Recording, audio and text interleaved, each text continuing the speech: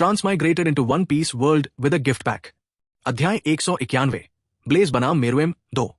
उसके शरीर से निकलने वाले नीले धुएं के साथ ब्लेज के पूरे अस्तित्व में एक बड़ा परिवर्तन आया, जिससे एक मजबूत और भयंकर आभा फैल गई। उसके सामने खड़े मेरुएम ने वातावरण में परिवर्तन महसूस किया, जबकि किसी प्रकार का अदृश्य दबाव उस पर आक्रमण कर रहा था। क्या बदल गया है?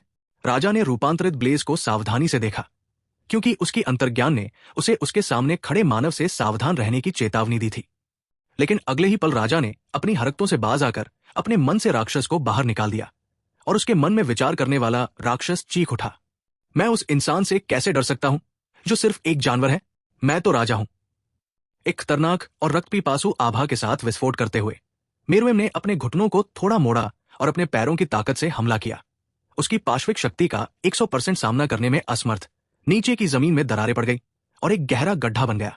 उसकी आकृति धुंधली झिलमिलाहट में बिखर गई, जबकि वलयाकार वायु चक्रवात उठे जो तेजी से निकट आती आकृति का संकेत दे रहे थे। राजा का इरादा अपनी पूरी ताकत के साथ सीधे टकराव का है। अपने हाथ में पूरी आभा को केंद्रित करते हुए उसने ब्लेज के पास पहुंचते ही मुक्का मारा।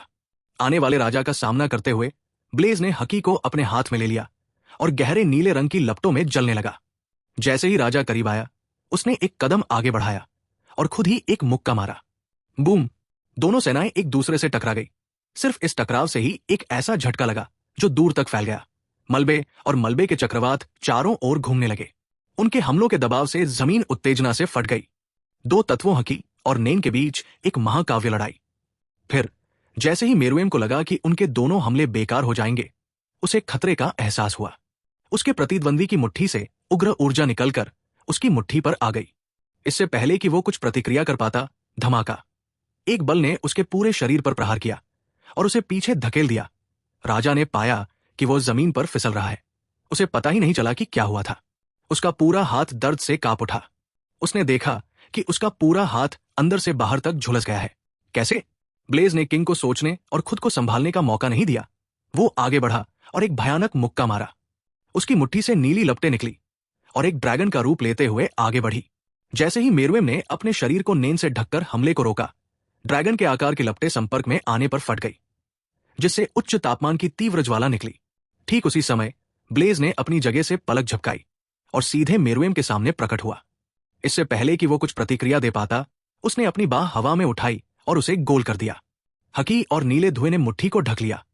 उसकी मुट्ठी बहुत ताकत से फट गई और हवा को चीरती हुई बाहर निकल आई। मुट्ठी की तीव्र गर्मी ने आसपास की हवा को भी जला दिया।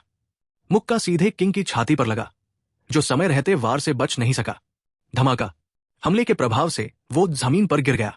हमले की ताकत किंग के अंदरूनी हिस्से को चीरती हुई दूसरे छोर से बाहर आई और जमीन को अनगिनत टुकड़ों में विभाजित कर दिया। ब्लेज के हमले से इतनी अधिक क्षति होने का कारण यह है कि इसमें कॉन्करर की हकी और अत्यधिक तापमान के नीले धुएं का मिश्रण होता है। इसके अलावा ब्लेज ने उन्नत हाकी अवधारणा के साथ शूटिंग की। आंतरिक विनाश! ब्लेज को उम्मीद नहीं थी कि ऐसे नाजुक मोड़ पर राजा पलटवार करेगा। जैसे ही उसका शरीर जमीन पर गिरा, उसने अपनी दुम उसके चेहरे पर मार दी। टकराना! हालांकि ब्लेज ने आखिरी क्षण में आर्मामेंट हकी से अपना चेहरा बचा लिया, लेकिन प्रहार के बल से वो हवा में उछल गया। किंग से कुछ मीटर दूर गिरने के बाद ब्लेज अगले ही पल अपने पैरों पर वापस कूद गया, लेकिन उसके मुंह से लगातार खून बह रहा था, क्योंकि वार से उसके गाल की हड्डी, निचला और ऊपरी जबड़ा टूट गया था। यदि उसकी जगह कोई और होता तो दुम के चाबुक से उसके सिर खून के धुंध में बदल जाते। एक विचार के साथ ब्लेज के शरीर में प्रवाहित ईश्वर के रक्त की शक्ति ने कुछ ही सेकंड में उसके घावों को ठीक कर दिया। अपनी शक्तिशाली अवलोकन हकी के साथ भी वो समय पर प्रतिक्रिया नहीं कर सका। कमाल है, राजा ने अपना इरादा छुपा लिया। मेरुएम ने प्रतीक्षा की और उस समय हमला किया जब उसने अपनी सुरक्षा कम कर दी थी। वो माइक्रोसेकंड जब ब्लेज अपने सफल हमले से प्रसन्न हुआ था। दूसरी तरफ मेरुएम ने अपने मुंह से नीले खून की एक धार पोंछते हुए हंसते हुए अपने पैरों पर खड़ा हो गया। हाँ मानव, तुम मुझे उत्तेजित करते हो। मुझे और दिखाओ। वो वास्तव में एक राक्षस है। क्या मेरे हमले से कोई नुकसान नहीं हुआ? ब्लेज ने आश्चर्य जताया। उसका आखिरी वार कोई आम मुक्का नहीं था। उसमें हकी की पूरी ताकत और सूर्य की शक्ति थी। मेरुएम ने ब्लेज का इंतजार नहीं किया। उसने पहल की और उस पर हमला कर दिया। पलक झपकाने वाली तेजी से वो उसके सामने आया, जबकि उसकी मुट्ठी नेन से ढकी हुई थी। ब्लेज ने चकमा दे दिया। मेरुएम ने एक और मुक्का मारा, उसके बाद अगला मुक्का मारा। राजा के भयंकर हमलों ने ब्लेज को बंदूक से निकली गोलियों की तरह झकझोर दिया। उसके हर घूंसे की ताकत वातावरण में बिजली की तरह गूंज रही थी। उसके हमले और भी भयंकर और तेज होते जा रहे थे। ब्लेज पीछे हट गया जबकि राजा आगे बढ़ा और हिंसक हमला किया। मेरुएम के सभी घूंसे उसकी हर हरकत की जांच कर रहे थे और मौके की तलाश में थे। मेरुएम के आक्रामक हमलों का सामना करते हुए ब्लेज के दिमाग में एक शब्द आया, डरावना। तेज गति और भविष्य की भविष्यवाणी के बावजूद वो हमलों से पूरी तरह से बचने में संघर्ष करता था। अगर वो एक भी गलती करता तो राजा का मुक्का उसे बिना किसी संदेह के घायल कर देता। उसे सबसे ज्यादा चिंता मेरुएम की प्रतिभा की है। अगर उसने राजा को इस तरह बढ़ने दिया तो इसका अंत निश्चित रूप से अच्छा नहीं होगा। ब्लेज को यह स्वीकार करना पड़ा कि उसने राजा को कम आंका था। उन दोनों के बीच लड़ाई शुरू हुए 15 मिनट भी नहीं बीते थे, लेकिन ब्लेज और मेरुएम ने हजारों चालें चल दी थी। इतनी तेज गति वाली लड़ाई में ब्लेज को अधिकतम क्षति पहुंचाने के लिए अपनी हकी और शैतानी फल शक्तियों को अत्यधिक दर पर जलाने के लिए मजबूर होना पड़ा। परमेश्वर के रक्त की शक्ति जो 1 घंटे से अधिक समय तक रहनी थी, बार बार उपचार और थकावट से उबरने के कारण मात्र 15 मिनट में समाप्त हो गई। क्या मेरे सारे हमले बेकार हैं? ये काम क्यों नहीं कर रहा है? ब्लेज ने सोचा जब उसने किंग को देखा जो पूरी तरह से चोटिल था। अगर बार बार उपचार न किया जाता तो वो उससे भी बदतर दिखता। मेरुएम एक बार फिर उसकी ओर बढ़ा, लेकिन वो बीच में ही रुक गया क्योंकि उसके मुंह से लगातार नीला रक्त रिस रहा था। अगले ही पल अनजाने में उसका एक घुटना जमीन पर जा लगा। उसने अपने हाथों से अपना मुंह ढककर खांसना शुरू कर दिया। खून से उसके हाथ नीले पड़ गए। ये देखकर ब्लेज मुस्कुराया और कराहते हुए बोला, उसने मुझे लगभग डरा दिया था। अध्याय 192 अंत। हालांकि राजा घायल हो गया था, ब्लेज को पता था कि लड़ाई अभी खत्म नहीं हुई है क्योंकि राजा का नेन अभी भी शक्तिशाली था और वो राजा की आंखों में सब कुछ नष्ट करने का क्रोध देख सकता था। फिर सन्नाटा छा गया। मेरुएम एक अशुभ आभा के साथ खड़ा हुआ। उसके अंदर से रसातल जैसा नेन फूट पड़ा, मानो वो एक दुष्ट पुनर्जन्म था। भारी गति ने मोरेल, नोव, काइट और नेटेरों को बुरी तरह डरा दिया जो अभी भी लड़ रहे थे। एक चींटी के लिए वो बहुत मजबूत है। ब्लेज सतर्क रहा और उसने अपने भगवान के खून की एक और बूंद जला दी, जिससे उसकी शैतानी शक्तियों में तेजी से वृद्धि हुई। राजा मजबूत दिख रहा था, लेकिन ब्लेज का हमला बेकार नहीं गया क्योंकि उसने पहले ही उसके अंदरूनी हिस्से को नष्ट कर दिया था। शुक्र है उसके पास कोई शक्तिशाली पुनर्योजी क्षमता नहीं थी। चोट की परवाह किए बिना मेरुएम आगे बढ़ा और एक पल में ही उनके बीच की दूरी कम कर दी। उसकी उंगलियां जानवर के पंजे की तरह मुड़ी हुई थी और उसकी गर्दन पर निशाना साध रही थी। उनका आक्रमण बिजली की तरह तेज और सटीक था, जिसमें कोई कमी नहीं थी, जबकि उनका पूरा हाथ बैंगनी रंग का हो गया था जो नेन के आवरण का प्रतीक था। जैसे ही किंग का हमला करीब आया, ब्लेज ने अपना मुंह खोला, जिसमें पहले से ही एक सुनहरी रोशनी की किरण बन चुकी थी। अगर कोई ध्यान से देखे तो उसे पता चलेगा कि यह कोई साधारण किरण नहीं है। लाखों सूक्ष्म भाले के आकार की किरणें मिलकर स्वर्णिम किरण का निर्माण करती है। ब्लेज की सांस के साथ ही लाखों प्रकाश किरणों के भाले मेरुएम पर बिंदुरित सीमा पर बरसने लगे। इतनी नजदीकी सीमा पर राजा के पास केवल अपने शरीर को केन से ढकने का समय था। दरअसल ब्लेज ने पहले से ही हमले की तैयारी कर ली थी क्योंकि उसे पहले से ही अंदाजा था कि किंग सीधे हमला करेगा। और ये अंत नहीं है। जब किंग अपना बचाव कर रहे थे, ब्लेज तीव्र गति से उनके पीछे आ गया, जबकि उनके हाथ में एक नीली तलवार प्रकट हो गई जो अत्यधिक गर्म थी। ज़ज़, एक झटके के साथ नीली तलवार ने अर्धचंद्राकार आकार में एक पतली, लगभग अदृश्य दबावयुक्त कट निकाली।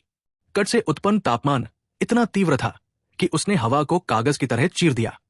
इस तरह के अप्रत्याशित हमले के बावजूद राजा ने प्रतिक्रिया व्यक्त की और बचाव के लिए अपनी पूंछ को झटका दिया, लेकिन उसने नेन की जितनी मात्रा को ब्लॉक करने के लिए लगाया वो ज्यादा नहीं था, क्योंकि उसने ब्लेज के दूसरे हमले का बचाव करने के लिए ज्यादातर नेन का इस्तेमाल किया।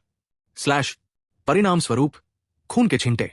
मेरुएम की शक्तिशाली पूंछ उसके शरीर से साफ साफ अलग हो गई।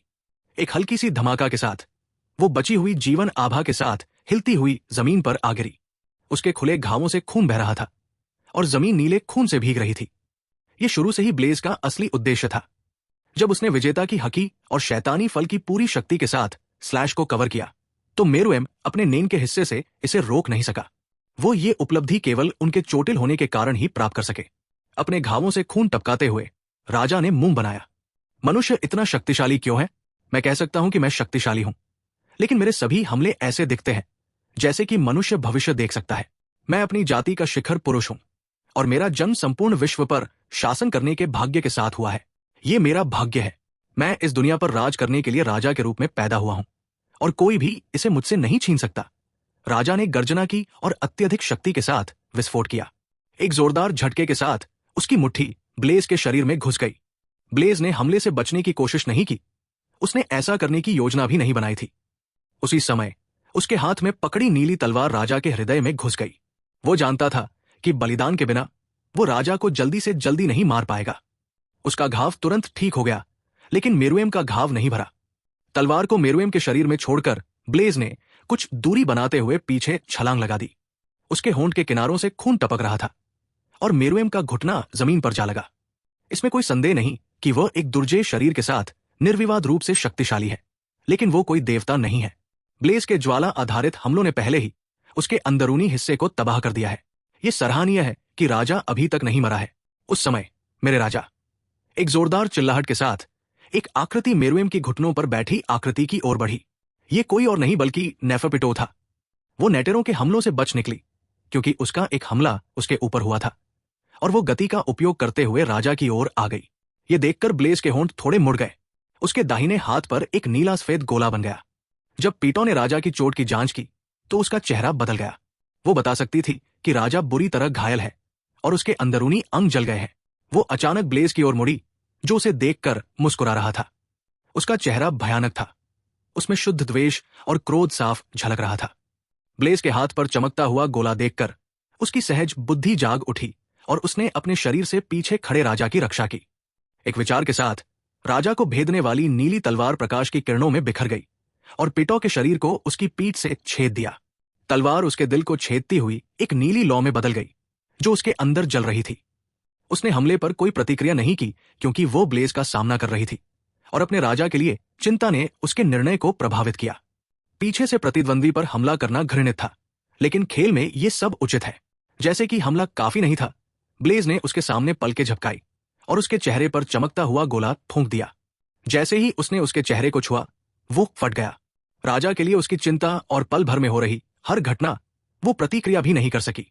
उसके सिर के नीले धुंध में फटने के साथ नेफरपीटू के जीवन के सभी लक्षण खत्म हो गए। रॉयल गार्ड की मौत से राजा पर कोई असर नहीं पड़ा। मौके का फायदा उठाते हुए राजा ने उस पर हमला कर दिया और उसकी चोट को दबा दिया। लेकिन अचानक एक विशालकाय ताड़ का पेड़ आया और उसने राजा को जमीन पर पटक दिया। धमाका! ताड़ के प्रहार की शक्ति से जमीन टुकड़ों में बिखर गई। उस समय ब्लेज ने नेटेरों को हवा में ऊपर उठते देखा। नेटेरों ने अपने हाथ जोड़े, अपने अंगूठे और तर्जनी को आपस में जोड़कर 99 नंबर जैसा संकेत बनाया। तभी उसके पीछे खड़े बोधिसत्व ने अपनी सभी भुजाओं से ताड़ के प्रहारों की बौछार कर दी और राजा को चींटियों की तरह पीटना शुरू कर दिया। ब्लेज ने सिर्फ देखने में समय बर्बाद नहीं किया, वो भी हवा में उछला और आसमान की ओर हाथ बढ़ाया। नीली लपटों की एक विशाल लहर लगातार फूट पड़ी। जैसे ही उसने अपनी मुट्ठी बंद की, आग की लपटें एक विशाल भाले का रूप ले ली और बहुत तेजी से घूमने लगी। हमले में भारी मात्रा में हकी का इंजेक्शन लगाते हुए ब्लेज ने अपना हाथ नीचे पटक दिया। अगले ही क्षण विशाल भाला ज्वालाओं से भर गया और हकी ने राजा की ओर प्रहार किया, जो नेटेरों की हथेली के प्रहारों से पीड़ित था। भागने या खुद को बचाने के बजाय राजा ने बस उसे छोड़ दिया, क्योंकि वो बहुत थका हुआ था और बुरी तरह से घायल था। वो जानता था कि वह अपने बुरी तरह से क्षतिग्रस्त शरीर के साथ मानव को नहीं जीत सकता था। विशाल नीले रंग के जलते भाले को अपनी ओर आते देख राजा को पहली बार दबाव और डर महसूस हुआ। यह तथ्य कि वो कुछ नहीं कर सकता था राजा को निराश कर रहा था, लेकिन इसका कोई फायदा नहीं था। आखिरी क्षण में उसने अपनी आंखें बंद कर ली और हमले का सामना किया। एक जोरदार धमाके और रोशनी की चमक के साथ राजा को लगा कि उसकी चेतना धीरे धीरे उससे दूर जा रही है। क्या मैं वाकई राजा हूं? अध्याय 193। मैं वापस आ गया हूं। अमेजन लिली विशिष्ट केप तथा नीले और सुनहरे वस्त्र से सुसज्जित हैनकॉक अपने महल के शीर्ष पर खड़ी होकर दूर क्षितिज की ओर देख रही थी। उसके चेहरे पर सूरज की किरणें पड़ रही थी। वो ऐसी लग रही थी जैसे कोई पेंटिंग से निकल कर आई हो। एक चीज जो अजीब लग रही थी वो थी उसके गालों पर बहते आंसू और सिसकियों से कांपता हुआ उसका शरीर। ब्लेज के लापता होने की खबर सुने हुए उसे 5 साल हो गए हैं। उस दिन से ही उसे लगता था कि दुनिया ने अपने सारे रंग खो दिए हैं और उसके खोने का गम उसके दिल में भर गया है। एकमात्र विचार जो उसे आगे बढ़ने के लिए प्रेरित करता था वो था ब्लेज की मुस्कुराहट, छोटी छोटी चिढ़ाने वाली बातें और उनके प्यारे पल। उसी समय एल्डर न्योन अचानक प्रकट हुए और उन्होंने विनम्रतापूर्वक पुकारा, हैंकॉक। आंसू भरे चेहरे वाले समुद्री डाकू एक्सप्रेस को देखकर न्योन ने आह भरी। एक समय था जब हैंकॉक स्वार्थी, बिगड़ैल और क्रूर था और उसे पुरुषों से नफरत थी। लेकिन ब्लेज से मुलाकात के बाद सब कुछ बदल गया। साथ ही उसके लापता होने से उसका दिल टूट गया। तुम यहां क्यों हो? हैंकॉक ने भौहें चढ़ाकर पूछा, जबकि उसका पूरा आभा मंडल बदल गया। आप कब तक उसके बारे में सोचते रहेंगे? आपको अपने लोगों के बारे में सोचना होगा और आगे बढ़ना होगा। एल्डर न्योन ने कहा, यह तुम्हारा काम नहीं है। यहां से चले जाओ, नहीं तो मैं तुम्हें यहां से समुद्र में फेंक दूंगा। हैंकॉक ने नाक भौं सिकोड़ी और महल में चला गया। हालांकि मरीन ने कुछ नहीं कहा है, लेकिन मैं जानता हूं कि उनके लापता होने का विश्व सरकार से कुछ लेना देना है। मेरी नफरत तब तक खत्म नहीं होगी जब तक मैं विश्व सरकार को जमीन पर नहीं गिरा देता।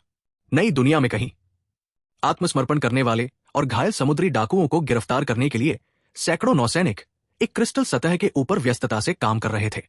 दूर से जॉली रोजर के साथ एक समुद्री डाकू जहाज दिखाई दे रहा था, लेकिन वो बड़े करीने से 2 टुकड़ों में बंटा हुआ था। नौसैनिकों में से एक ने जहाज को मुंह फुलाए देखा और सोच रहा था कि क्या हुआ। तुमने युद्ध नहीं देखा है ना? कैप्टन कुइना ने देखा था।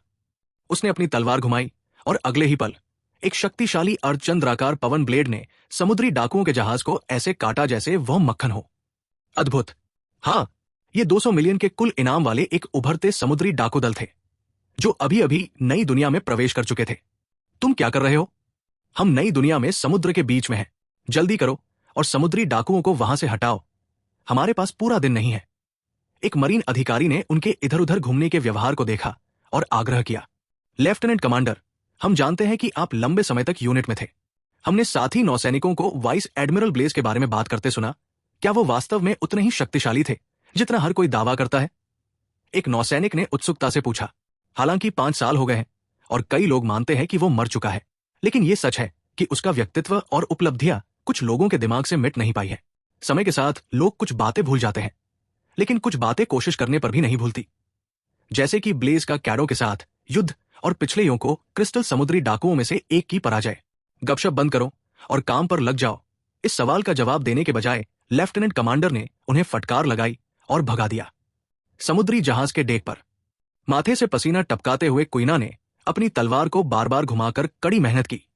हालांकि वो सिर्फ 18 साल की है, लेकिन वो सुंदरता और स्वभाव दोनों के मामले में शानदार ढंग से परिपक्व हो गई है। उससे थोड़ी दूर पर रेगिस को शराब पीते हुए देखा जा सकता था। उसे कड़ी मेहनत करते हुए देखकर वो टिप्पणी करने से खुद को रोक नहीं सका। कुइना, क्या तुम्हें इतना कठिन प्रशिक्षण लेना पड़ता है? तुमने अभी अभी एक लड़ाई समाप्त की है। जब ब्लेसान वापस आएगा तो मैं कमजोर नहीं दिखना चाहती। तब वो सोचेगा कि मैं आलसी हूं। कुइना ने अपनी ट्रेनिंग रोके बिना जवाब दिया। रेगिस ने अपना सिर हिलाया और शराब का एक और घूंट पिया। क्या ब्लेसान इतने सालों के बाद वापस आएंगे? पहले तो उसने भी यही सोचा, लेकिन जैसे जैसे समय बीतता गया उसने सारी उम्मीदें खो दी। उस दिन की लड़ाई अभी भी उसके दिमाग में ताजा है, लेकिन जब ब्लेज गायब हुआ तो उसकी हालत को देखते हुए रेजिस सोचने लगा कि क्या ब्लेज वाकई मर चुका है। समुद्री मुख्यालय। सेनगोकू ने हताशा में अपना सिर रगड़ते हुए कहा, हाल ही में ग्रैंड लाइन में प्रवेश करने वाले समुद्री डाकुओं की संख्या में तेजी से वृद्धि हुई है और वर्ल्ड में स्थिति गंभीर दिख रही है। शैंक्स और कैरो का दल 2 दिनों से लगातार लड़ रहा है, लेकिन कोई नतीजा नहीं निकला है। काश वो बिगरैल ब्लेज यहां होता। अगर तुमने मुझे उस समय बता दिया होता तो उसे कुछ नहीं होता, गैर्प ने शांति से कहा, लेकिन सेंगोकू को पता था कि वो गुस्से में है। वास्तव में यदि उन्होंने गैर्प को नहीं रोका होता तो गैर्प जवाब के लिए मैरी जियोइस के पास गए होते। गार्प, मुझे कितनी बार यह कहना पड़ेगा? मुझे विश्व सरकार की योजना के बारे में कुछ भी नहीं पता। अगर मुझे पहले से पता होता तो मैं उसे कुछ नहीं होने देता। दरअसल उसे पूरी बात रोसिनांटे से पता चली। हालांकि रोसिनांटे ने कहा कि ब्लेज बहुत घायल होकर गायब हो गया था, क्योंकि वो इतने लंबे समय से दिखाई नहीं दिया था। सेंगोकू को नहीं पता कि ब्लेज अभी भी जीवित है या नहीं। मैं वापस आ गया हूं। सिस्टम वाकई सर्वशक्तिमान है। मुझे कुछ भी महसूस नहीं हुआ, ब्लेज ने कहा और चारों ओर देखा। उसे समुद्र के बीच में टेलीपोर्ट कर दिया गया था। मैं कहां हूं? मेरुएम के साथ अपनी लड़ाई के बाद उसने सिस्टम फंक्शन का उपयोग करके वन पीस की दुनिया में वापस जाने के लिए HXH दुनिया में अपने कुछ परिचित लोगों को अलविदा कहा, विशेष रूप से गोन। एक विचार के साथ लिटिल व्हाइट एक सफेद बादल में बदल गया और एक गद्दे की तरह काम करने लगा। उस पर बैठकर उसने अपने अगले कदम के बारे में सोचा। हालांकि वो पहले से ज्यादा ताकतवर है, लेकिन ब्लेज जानता है कि विश्व सरकार से भिड़ने का यह सही समय नहीं है। इसके अलावा अकेले उनका सामना करना भी सही कदम नहीं है। उसे अपने पक्ष में कुछ मजबूत लोगों की जरूरत है। कुछ देर सोचने के बाद ब्लेज ने अपने स्टेटस पैनल पर नजर डाली। नाम ब्लेज हंट, व्यवसाय मरीन, संविधान 77.8, शैतान फल 74.9, हकी 79.9, निःशुल्क विशेषता बिंदु 5.0। उनकी संविधान विशेषता में कुछ सुधार हुआ, लेकिन उनकी शैतान फल और हकी विशेषताएं वही रही। अध्याय 194, ड्रैक्यूल मीहॉक। जब लिटिल व्हाइट उत्तर की ओर हवा में उड़ रहा था, ब्लेज गहरी सोच में डूबे हुए अपनी विशेषताओं पर नजर डाल रहा था। उसके पास 5.0 फीट मुफ्त विशेषता अंक है। अगर वो चाहे तो अपनी हकी और संविधान विशेषता को 80 फीट बार सीमा से आगे बढ़ा सकता है, लेकिन उसने ऐसा करने की योजना नहीं बनाई थी। अभी ब्लेज केवल अपने शैतान फल गुण को बढ़ाने की योजना बना रहा है। जहां तक उसकी हकी विशेषता का सवाल है, वो अपने दम पर सीमा को तोड़ना चाहता है। सोच विचार कर उन्होंने 0.5 फीट मुक्त विशेषता अंक का उपयोग किया, जिससे उनकी शैतान फल विशेषता 74.9 से बढ़कर 75.4 हो गई। जैसे ही उसने ऐसा किया, उसके शरीर में एक धमाका हुआ, मानो किसी तरह की बाधा टूट गई हो।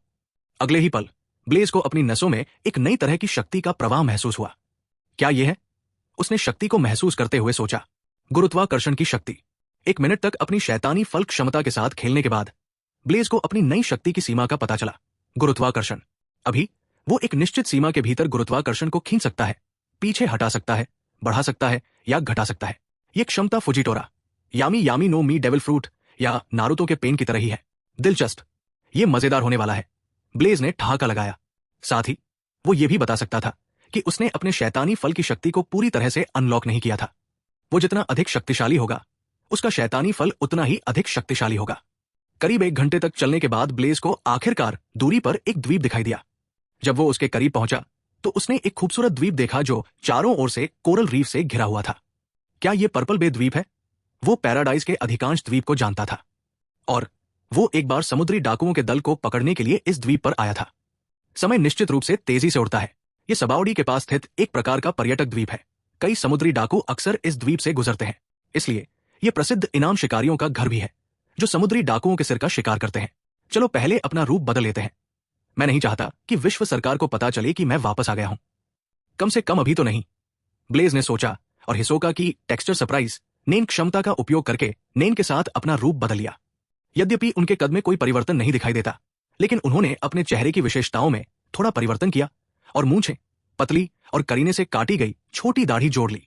अपनी नेन की मदद से दर्पण में अपनी छवि को देखते हुए ब्लेज ने सिर हिलाया। ये ठीक रहेगा। उसके आदेश पर लिटिल व्हाइट ने एक बार फिर उड़ान भरी और हवा में उड़कर तटरेखा के पार चला गया। कुछ मिनटों के बाद एक छोटा सा बंदरगाह शहर नजर आया। इस समय ब्लेज को सबसे ज्यादा यह जानना है कि मौजूदा समय क्या है, इसलिए उसने एक रेस्टोरेंट की तलाश की और एक रेस्टोरेंट में चला गया। शराब और मांस का ऑर्डर देने के बाद वो एक खाली मेज पर बैठ गया और रेस्तरां के मालिक से मिले अखबार को देखने लगा। मुख पृष्ठ पर उन्होंने ये शब्द देखे, लाल बालों वाला शैंक्स, जिसे हाल ही में योकों का ताज पहनाया गया है, 100 जानवरों वाले कैडो से लड़ता है। तो वो आखिरकार योन को बन गया। मैं उससे दोबारा लड़ने के लिए इंतजार नहीं कर सकता। ब्लेज ने फिर टाइमलाइन देखी और वो ये देखकर हैरान रह गया कि ये 1518 था और 2 महीने बाकी थे। जब मैं गया तो ये 1513 के अंत के आसपास था, जिसका मतलब है कि मैं लगभग 5 साल के लिए चला गया था। जैसे ही वो जाने के लिए तैयार हुआ, एक समुद्री डाकू दल कहीं से आया और उसका रास्ता रोकते हुए रेस्तरां में घुस गया। बस एक नजर से कोई भी बता सकता है कि वे किसी चीज से डरे हुए थे। एक लुटेरा, जो संभवतः लुटेरों के दल का कप्तान था, ब्लेज से टकरा गया। चूंकि दूसरा दल पागल था, इसलिए उसने पीछे मुड़कर भी नहीं देखा, बल्कि सीधे उसकी पीठ पर तलवार से वार कर दिया। लेकिन इससे पहले कि स्लैश लक्ष्य तक पहुंच पाता, ब्लेज ने एक तेज किक मारी। अगले ही पल समुद्री डाकू उड़ गया और जल्द ही सभी की नजरों से ओझल हो गया। यह देखकर अन्य समुद्री लुटेरों ने प्रतिक्रिया व्यक्त की। वे सभी उस दिशा में देखने लगे जिस दिशा में उनका कप्तान गायब हो गया था और चिल्लाने लगे, कप्तान। इससे पहले कि समुद्री लुटेरे फिर से हंगामा मचा पाते, ब्लेज कॉन्करर के हकी ने सबको नीचे गिरा दिया। क्या परेशानी है? घटनास्थल पर मौजूद अन्य लोग अचंभित थे, क्योंकि उन्हें समझ में नहीं आ रहा था कि क्या हुआ। एक पल में समुद्री डाकू रेस्तरां में घुस आए और अगले ही पल वे सभी जमीन पर पड़े थे। जैसे ही ब्लेज रेस्तरां से बाहर निकला, वो अचानक रुक गया, क्योंकि उसने देखा कि एक व्यक्ति उसके रास्ते में खड़ा है, ड्रैक्यूल मीहॉक। वो अपनी पीठ पर तलवार योरू लटकाए रहता था और नीचे शर्ट नहीं पहने हुए खुला काला कोट पहनता था। ब्लेज और मीहॉक ने एक दूसरे को देखा। ब्लेज को पता चल गया कि जब से उसने मीहॉक को आखिरी बार देखा था तब से वो और भी ज्यादा मजबूत हो गया है। साथ ही मीहॉक सामने वाले व्यक्ति को पहले ही बता सकता है कि वो बहुत ताकतवर है, बहुत ताकतवर। दूसरे व्यक्ति के शरीर से निकलने वाली आभा की एक किरण ही उसे दूर रहने की चेतावनी देती है। साथ ही ये चेतावनी ही थी जिसने उसके लड़ने के जज्बे को जगा दिया। बिना कुछ कहे मीहॉक ने अपनी योरू तलवार निकाली और उसे हवा में लहराते हुए ब्लेज की ओर तान दिया। मीहॉक की हरकतों को देखकर ब्लेज ने आह भरी। क्या हम अपने काम से काम नहीं रख सकते? अपना नाम बताओ। क्या यह वास्तव में आवश्यक है? मैं तलवारबाज नहीं हूं और मैं लड़ने के मूड में नहीं हूं, ब्लेज ने मीहॉक की आंखों में देखते हुए कहा। उसी समय उसके शरीर से जबरदस्त इच्छाशक्ति फूट पड़ी और उसने मीहॉक पर जोरदार प्रहार किया, जिससे मीहॉक को लगभग एक कदम पीछे हटने पर मजबूर होना पड़ा। बहुत मजबूत कॉन्करर कहा कि यह शैंक्स जितना ही मजबूत है। आश्चर्य भरी आंखों से मीहॉक ने फिर पूछा, तुम कौन हो? ब्लेज से कोई प्रतिक्रिया न पाकर मीहॉक की आंखें तेज हो गई और उसने अपनी तलवार उठाई और क्षैतिज रूप से वार किया। यह एक साधारण वार था, लेकिन इससे निकलने वाली शॉकवेव बहुत जबरदस्त थी। संपीड़ित हवा का एक झोंका उसकी ओर उड़ा, जिससे नीचे की जमीन टूट गई। इस तरह के हमले से पर्पल बे के निवासी डर गए और वे जितना संभव हो सके उतनी दूर भाग गए। हमले को देखते हुए ब्लेज ने कंधे उचका दिए। ऐसा ही हो। अध्याय 195। मुझे तुम्हारी याद आई। जैसे ही हवा का तेज झोंका उस पर आया, ब्लेज ने अपना हाथ आगे बढ़ाया और अगले ही पल मीहॉक की तलवार की धार अचानक रुक गई। उसके हाथ के हल्के से धक्के से पवन ब्लेड घूम गया और अधिक तीव्रता के साथ मीहॉक की ओर बढ़ा। अपने ही आक्रमण का सामना करते हुए मीहॉक अविचलित रहा और उसने अपनी तलवार के एक झटके से पवन प्रक्षेप्य को आसानी से नष्ट कर दिया। शैतान का फल। हालांकि उसके चेहरे पर कोई प्रतिक्रिया नहीं दिखी, लेकिन अंदर से मीहॉक आश्चर्यचकित था, क्योंकि वो नहीं जानता था कि ब्लेज ने क्या किया। हॉकीज मीहॉक, दुनिया के सबसे ताकतवर तलवारबाज। आइए देखें कि क्या आप इस उपाधि के योग्य हैं। शब्दों का उच्चारण करते हुए ब्लेज की आकृति टिमटिमा गई और उस स्थान से गायब हो गई। इससे पहले कि मीहॉक कुछ कर पाता, कहीं से एक जबरदस्त दबाव आया और उसे नीचे दबा दिया। ऐसा लगा जैसे किसी ने उसके सिर पर पहाड़ रख दिया हो। उसी समय ब्लेज मीहॉक के सामने आया और अपनी मुट्ठी बांध ली। गहरे भूरे रंग की ऊर्जा उमड़ी और उसकी मुट्ठी को ढक दिया। अपनी बाह को पीछे की ओर खींचते हुए उसने पूरी ताकत से मुक्का मारा। ग्रेविटी पंच।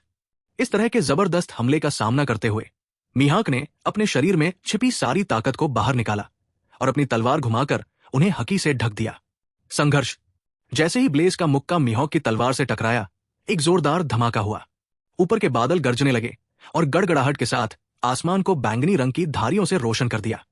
उनके टकराव से ऊर्जा की लहरें और बिजली की चमक पैदा हुई, जो सभी दिशाओं में फैल गई।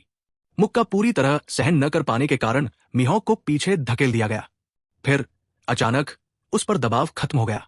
अगले ही पल उसे बहुत हल्का महसूस हुआ, जैसे वो किसी विचार के साथ बह रहा हो। उसके चारों ओर गुरुत्वाकर्षण बल में परिवर्तन ने उसकी लय को बाधित कर दिया और उसे ब्लेज के प्रहार का शिकार बना दिया। टकराना। इस जोरदार मुक्के ने उसे जमीन पर पटक दिया। मीहॉक के नीचे की पूरी जमीन टूट गई और धूल और मलबा जा गया। स्विश। तलवार के वार से उड़ते हुए बादल और मलबा साफ हो गया, लेकिन ब्लेज का आकार कहीं दिखाई नहीं दिया। हॉकाइज, मैं जा रहा हूं क्योंकि मैं लड़ने के मूड में नहीं हूं, लेकिन अगली बार जब हम मिलेंगे तो मैं कोई दया नहीं दिखाऊंगा। ब्लेज के शब्द मीहॉक के कानों में गूंज रहे थे। वो बहुत ताकतवर है। उसकी विनाशकारी शक्ति की मात्रा देखकर वो भी अचंभित रह गया। सिर हिलाते हुए मीहॉक मुड़ा और शहर से दूर चला गया। कुछ दूर पर ब्लेज सफेद बादल में बैठा था और वो मध्यम गति से हवा में उड़ रहा था। अगर वो रुका रहा तो मीहॉक के साथ उसकी लड़ाई जल्द ही खत्म नहीं होगी। इस छोटी सी झड़प में दोनों ने अपनी पूरी ताकत का इस्तेमाल नहीं किया, क्योंकि द्वीप पर लोग मौजूद थे। अगर ज्यादा ताकत होती तो सभी की मौत हो जाती। अगले दिन अमेजन लिली। लंबे समय की यात्रा के बाद ब्लेज अंततः महिलाओं के द्वीप पर पहुंचे। दूर से द्वीप को देखकर अनजाने में ही उसका दिल धड़क उठा।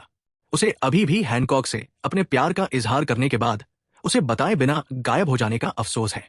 मुझे आशा है कि वो ठीक होगी, सोचते हुए ब्लेज ने हैनकॉक को अपने ऑब्जर्वेशन हकी के साथ देखा। वो उससे भी ज्यादा खूबसूरत लग रही थी जितनी उसने उसे आखिरी बार देखा था। वो आकर्षण और शालीनता से भरी हुई थी। उसने कुइजा के प्रतीक के साथ एक सुनहरे पीले रंग की पोशाक पहनी हुई थी और सोने की बालियों की एक जोड़ी पहनी हुई थी। एक विचार के साथ वो उसके पीछे टेलीपोर्ट हो गया, लेकिन उसके उदास चेहरे को देखने के बाद ब्लेज एक और कदम नहीं बढ़ा सका। हैनकॉक को इस हालत में देखकर उसका दिल दुख गया। अपने पीछे किसी की मौजूदगी महसूस करते हुए हैनकॉक ने मुड़कर देखा और उसे एक ऐसे आदमी का रूप दिखा जिससे वो मिलना चाहती थी। इससे पहले कि वो कुछ कह पाती, उसे खिंचाव महसूस हुआ और अगले ही पल वो पहले से ही उसके आलिंगन में थी। काफी समय हो गया, हैंकॉक। मुझे तुम्हारी याद आती थी। शब्द सुनकर और परिचित गर्मजोशी महसूस करके हैंकॉक की आंखों से आंसू बह निकले, क्योंकि उसे पता था कि यह वास्तव में ब्लेज था। वो वापस आ गया, एक समुद्री डाकू महारानी और समुद्र के सरदार के रूप में। आपको रोना नहीं चाहिए। ब्लेज ने धीरे से उसके आंसू पोंछे और उसकी ठुड्डी को ऊपर उठाया। ब्लेज के चेहरे को देखकर हैंकॉक को कोई बदलाव नजर नहीं आया। हालांकि 5 साल हो गए हैं। ऐसा लग रहा था जैसे समय के प्रवाह ने ब्लेज को किसी भी तरह से प्रभावित नहीं किया है। मैंने सोचा था कि तुम मर गई हो और कभी वापस नहीं आओगी, हैंकॉक ने कहा, और उसकी आंखों में एक बार फिर आंसू आ गए। मूर्ख लड़की, मुझे माफ कर दो, मैं तुम्हें फिर कभी नहीं छोड़ूंगा। यह कहते हुए ब्लेज ने उसके होठों को चूमा और उसे कसकर गले लगा लिया। समुद्री मुख्यालय। सेनगोकू ने इंटेलिजेंट डिवीजन के साथ कॉल समाप्त की और टेबल पर रखी रिपोर्ट को देखा। यह ब्लेज और हॉकाइज मिहोक के बीच की लड़ाई के बारे में थी। जैसा कि ब्लेज ने अनुमान लगाया था, मिहोक के साथ उनके मुकाबले ने कुछ लोगों का ध्यान आकर्षित किया। इसे टाला नहीं जा सकता था, क्योंकि द्वीप पर लोग मौजूद थे। इसके अलावा मिहोक कोई अनजान व्यक्ति नहीं है। वो एक ऐसा व्यक्ति है जिसे दुनिया का सबसे ताकतवर तलवारबाज का खिताब मिला हुआ है। इसलिए उनकी लड़ाई कुछ ध्यान आकर्षित करने वाली थी। सेनगोकू जानता था कि मिहोक कितना ताकतवर है, इसलिए उसे यह अविश्वसनीय लगा कि किसी ने उसे हरा दिया, और वो कोई अज्ञात व्यक्ति था। वो कौन है? सेनगोकू ने आश्चर्य से कहा और बोला, कुजान, मैं चाहता हूं कि तुम इस व्यक्ति की जांच करो। मुझे इसकी परवाह नहीं है कि वो समुद्री डाकू है या कुछ और। मैं किसी खतरनाक आदमी को उसके इरादे जाने बिना खुला नहीं छोड़ सकता। अरारा, मुझे हमेशा ऐसे परेशान करने वाले काम क्यों दिए जाते हैं? कुजान ने छद्मवेश में ब्लेज के चेहरे का पोस्टर लेकर फ्लीट एडमिरल के कार्यालय से बाहर निकल गया। अगले दिन ब्लेज हैंकॉक उसकी बहनों और एल्डर न्योन के साथ खाने की मेज पर बैठी थी। मैरीगोल्ड, सैंडरसोनिया और एल्डर न्योन ने हैंकॉक को अजीब नजर से देखा। कल के विपरीत हैंकॉक का रंग लाल था, जबकि उसकी आंखें प्यार से भरी हुई थी। एल्डर न्योन ने अनुमान लगाया कि उन दोनों के बीच कुछ हुआ होगा। तुम क्यों गायब हो गए और कहां चले गए? एल्डर न्योन ने पूछा। मैं नहीं बता सकता कि मैं कहां गया, लेकिन मेरा गायब होना विश्व सरकार द्वारा मुझसे छुटकारा पाने की कोशिश के कारण हुआ है। ब्लेज ने मांस का एक बड़ा टुकड़ा खाते हुए जवाब दिया। जवाब सुनकर एल्डर न्योन ने आह भरी। यह वैसा ही था जैसा उसने सोचा था। विश्व सरकार ब्लेज जैसे किसी व्यक्ति को और अधिक शक्तिशाली होने की अनुमति नहीं दे सकती। अब आप क्या करने वाले हैं? एल्डर न्योन ने पूछा। ठीक है, मुझे कुछ तैयारियां करनी होंगी, फिर मैं फिर से मरीन में शामिल हो जाऊंगा। विश्व सरकार को गिराने के लिए मुझे मरीन की शक्ति की आवश्यकता है। यह आसान नहीं होगा, एल्डर न्योन ने कहा।